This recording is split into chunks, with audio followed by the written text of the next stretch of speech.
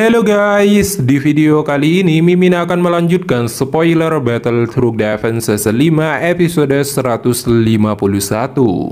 Alangkah baiknya bagi yang baru berkunjung untuk dukung channel ini dengan menekan tombol subscribe. Baiklah, mari kita langsung ke spoilernya. Sebelumnya, Sioyan melesat dan mengirimkan teratai api penghancur ke arah Guyao. Tetapi dia dihentikan oleh Tetua Tong Xuan. Tetua Tong Xuan sungguh tidak menyangka bahwa klan Xiu masih menghasilkan seseorang seperti ini. Kemungkinan Xiao Xuan akan sangat senang jika dia tahu tentang ini. Tetua Tong Xuan kemudian mengalihkan pandangannya dan meminta Guyao mengakui kekalahannya. Jika tidak berani, maka dia tidak pantas menjadi jenderal terendah hitam.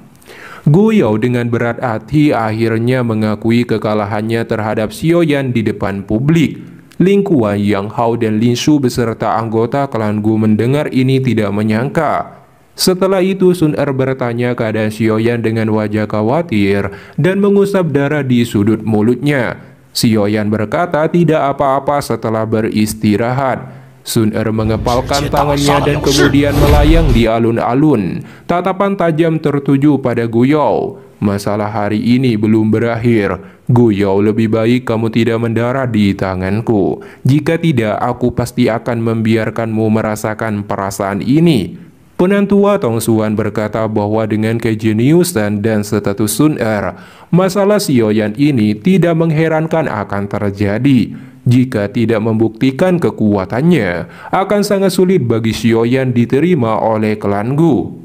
Setelah mendengar perkataan Tetua Tong Xuan, Sun Er dapat menerima masalah ini.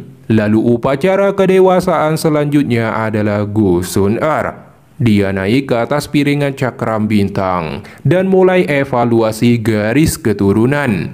Begitu Sun Er menutup matanya, piringan cakram bintang aktif. Cahaya bintang dari 1 sampai 9 menyala. Banyak orang terkejut melihat pemandangan ini. Garis keturunan kelas 9 berarti klan Gu akan memiliki anggota klan dengan potensi untuk maju ke kelas Dao Sheng, ekstensi yang mewakili puncak dunia Dao Qi. Tetapi cahaya bintang kemudian sampai ke puncak 9 dan akhirnya cahaya menjadi sangat silau sampai bintang ke-10 yang merupakan garis keturunan dewa. Di waktu yang sama, retakan muncul di cakram bintang sebelum akhirnya hancur. Di saat itu juga, pilar cahaya kuning keemasan terpancar ke langit diikuti gelombang tekanan kuat darinya. Stadion yang dihadiri oleh berbagai klan dan kekuatan langsung menjadi heboh. Bahkan para tetua klan Gu tidak bisa menahan ekspresi tercengang sekaligus takjub. Namun semua orang dari klan Gu merasakan tekanan kuat saat mereka menatap pilar cahaya kuning keemasan di langit. Banyak anggota klan Gu berlutut kecuali para sesepuh. Kelompok Sioyan beserta di luar klan Gu hanya menyaksikan pemandangan ini. Mang Tianqi mengungkapkan rasa iri dan berkata, "Sungguh gadis yang luar biasa, garis keturunan dewa, klan Gu benar-benar diberkati." Beberapa saat kemudian, pilar cahaya emas perlahan menghilang dan memasuki tubuh Sun Er. Pada saat ini dia perlahan membuka mata cantiknya. Sun Er menatap Tetua Tong Xuan yang sangat senang. Di bawah tatapan ini, Tetua Tong Xuan dengan hormat mengambil pena naga pelangi dari ruang kosong. Mang Tianqi berkata, "Pena Dewa Surgawi Pelangi ini belum pernah digunakan klan Gu dalam 1000 tahun terakhir. Sekarang mereka akhirnya mengeluarkannya." Sun Er menutup matanya saat Tetua Tong Xuan mengalirkan seluruh Dao Qi-nya dan mulai mengukir tato emas pelangi di keningnya secara perlahan. Begitu selesai dan Sun Er membuka matanya, tato klan emas pelangi di dahinya memancarkan cahaya pelangi yang kuat. Di bawah cahaya pelangi ini, cukup banyak anggota klan yang kuat dari klan Gu tidak mampu menahan tekanan dari jiwa mereka dan berlutut lagi. Dengan ini upacara kedewasaan selesai. Banyak orang mulai pergi satu persatu. Sioyan juga mengucapkan selamat tinggal pada Mang Tianqi, lalu tersenyum pada Sun Er di alun-alun dan memimpin kelompok dokter peri kecil kembali ke rumah bambu. Sun Er juga pamit pergi pada penantua Tong Xuan. Dia bergegas pergi mengejar Sioyan karena khawatir tentang lukanya. Hunya menatap Sun Er pergi, niat membunuh muncul di matanya. Dia ingin membunuh Sun Er, dikhawatirkan menjadi musuh besar klan Hun dan mengganggu rencana mereka. Pada saat ini, kelompok Sioyan telah kembali ke rumah bambu di dalam hutan pegunungan. Di dalam kamar, Sioyan berbaring dan bertanya di mana Sun Er sekarang. Dokter peri kecil menjawab Sun Er kembali ke klan Gu untuk membahas tentang makam surgawi yang dibuka 2 hari lagi. Jantung Sioyan berdebar kencang saat mendengar nama ini. Salah satu alasan dia datang ke alam Gu kali ini adalah untuk pergi ke makam leluhurnya Xiao Xuan. Tetapi Sioyan sedikit khawatir klan Gu akan ikut campur dan menghentikannya masuk, karena hubungannya dengan mereka tidak baik. Sementara di aula utama klan Gu terdapat banyak tetua mengadakan rapat. Suasananya kusuk dan tegas membahas mengenai pembukaan makam surgawi. Ada 16 orang dari 8 klan kuno yang bisa memasuki makam surgawi. Namun klan Ling kali ini tidak datang. Menurut aturan klan Gu kita bisa menggunakan 2 tempat untuk mengatur 6 anggota klan Gu masuk. Tetapi masih kekurangan 2 tempat dan tempat Glacio telah digunakan klan Gu selama ini. Sekarang Sioyan telah datang, tetapi Gusan menentangnya karena sudah tidak setara dengan 8 klan kuno dan bisa dikucilkan. Beberapa sesepuh mengangguk ketika mereka mendengar kata-katanya. Namun penantua Tong Xuan mengerutkan kening. Di saat itu juga pintu aula terguncang dan Sun Er secara perlahan melangkah memasuki aula dengan marah. Kemudian tato emas pelangi dilepaskan oleh Sun Er. Tekanan jiwa dari pancaran sinar cahaya emas pelangi langsung menerangi seluruh aula. Tetua Tong Xuan meminta Sun Er menyembunyikan tatonya dulu baru berbicara. Setelah mendengar kata-kata penantua Tong Xuan, cahaya pelangi yang dipancarkan dari kening Sun Er secara bertahap melemah. Kemudian Gunsan berkata pada Sun Er sebagai anggota klan Gu harus lebih memikirkan klan. Sun Er melototi Gusan, meski aku anggota klan Gu, tapi kamu tidak boleh berlebihan. Klan Gu kita telah mendapatkan keuntungan besar dari tempat yang tersedia sejak klan Xiao meninggalkan dataran tengah. Sekarang Sioyan telah tiba di sini setelah banyak kesulitan. Kamu tidak hanya berencana untuk mengembalikan tempat itu, bahkan berpikir untuk mengucilkannya. Gu Qian mengerutkan keningnya bahwa Sun Er telah menerobos tempat para sesepuh berdiskusi dan melanggar aturan. Sun Er berkata, "Elder Gu Qian, apakah kamu lupa tentang otoritas tato klan pelangi?" Gu Qian terkejut mendengar ini. Menurut aturan klan Gu, setiap anggota klan yang memiliki tato klan pelangi akan mampu melampaui sebagian besar tetua dalam hal posisi. Memasuki ruang pertemuan ini tidak melanggar aturan apapun. Dengan tetua Tong Xuan sebagai penengah, perdebatan Sun Er dan para tetua terselesaikan, dan Sioyan boleh memasuki makam surgawi.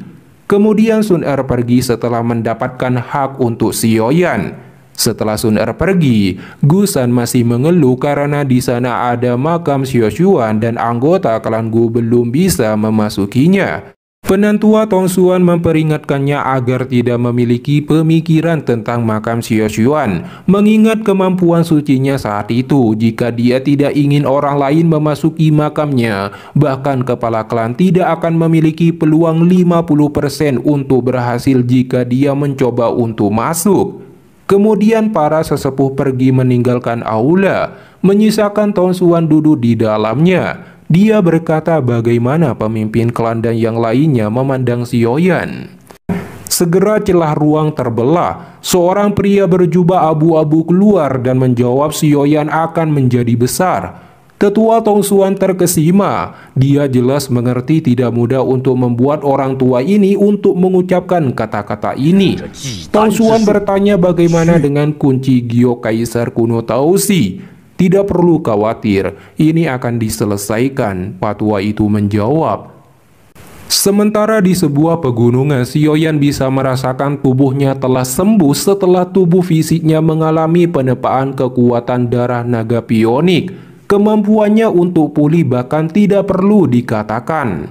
Dengan demikian, Sioyan dapat berlatih saat ini. Tetapi dia sangat terkejut saat membuka matanya dan melihat seorang Pak Tua berdiri dengan tangan di belakangnya. Dengan presisi spiritualnya, Sioyan melihat orang ini tidak memiliki aura spiritual sedikit pun. Dia segera menghampirinya dengan hormat. Sioyan Junior ini hanya lewat. Tetua, maafkan aku jika mengganggumu. Setelah itu dia menggeser kakinya dan perlahan mundur. Tidak perlu pergi, aku telah menunggumu di sini. Sioyan terkejut dan menelan seteguk air liur. Dia yakin orang di depannya adalah orang paling menakutkan yang pernah dia temui sejak kelahirannya. Patua itu tidak menyangka Kelinshu akan menghasilkan pemuda luar biasa setelah garis keturunannya terbuang. Inilah yang membuatnya percaya pada tindakan Xioshuan. Sioyan langsung berkeringat dingin mendengar ini. Dari kalimat singkat itu, dia mengerti orang misterius di depannya ini telah melakukan kontak dengan leluhurnya. Sioyan tersenyum tipis dan bertanya, bolehkah aku tahu nama sesepuh? Aku ayah Sun Er, Guyou.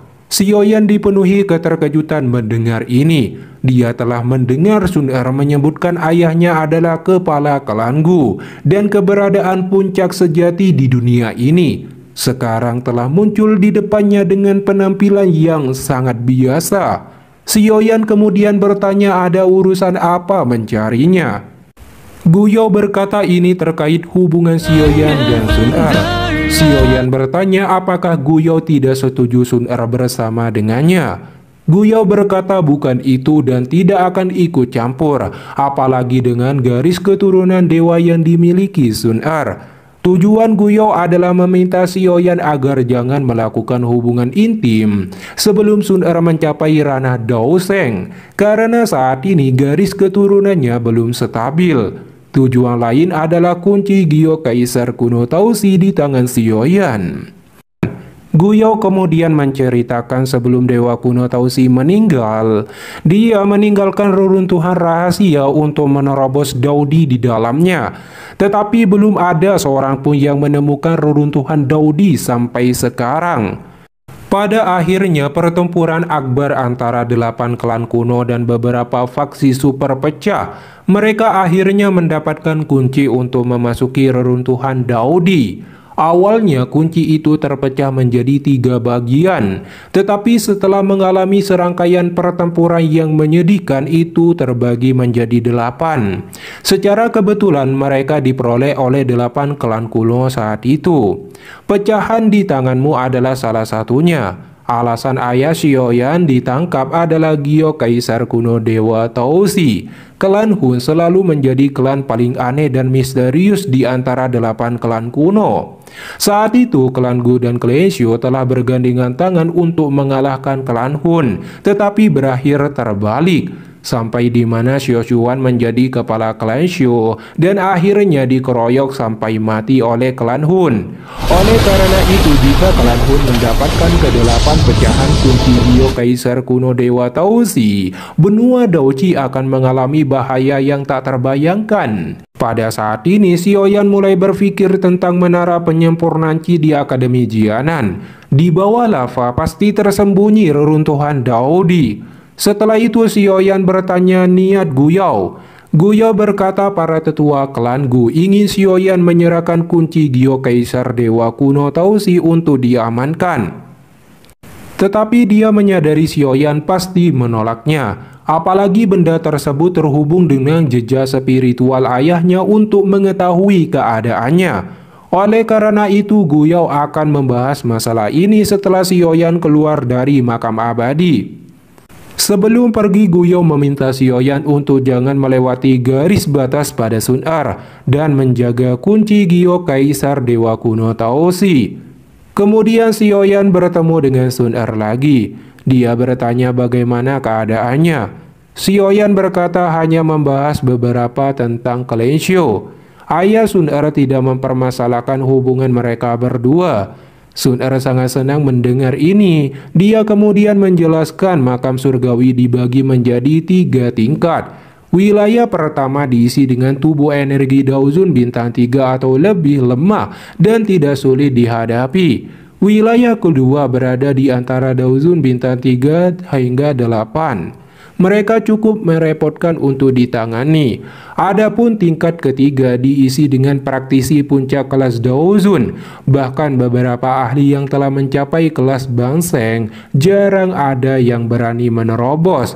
Terutama makam Xiao Xuan berada di tingkat ketiga. Kemudian Sioyan, Sun Er, dan para klan kuno yang akan memasuki makam surgawi berkumpul di sebuah pegunungan. Kemudian pintu ruang yang terhubung antara langit dan bumi terbuka. Aura kuno juga menyebar dari sana. Itu adalah pintu masuk menuju makam surgawi. Sun Er mengingatkan Sioyan untuk masuk ke dalam bersama agar tidak terpisahkan secara acak. Kemudian Sioyan dan semua orang memasuki pintu ruang kuno dan memasuki makam surgawi di wilayah pertama. Beberapa saat kemudian, Sioyan dan Sun Er melihat beberapa tubuh energi menyerang. Mereka berdua secara alami membunuh para tubuh energi, lalu bertanding untuk melihat siapa yang lebih banyak membunuh dan mendapatkan inti energi.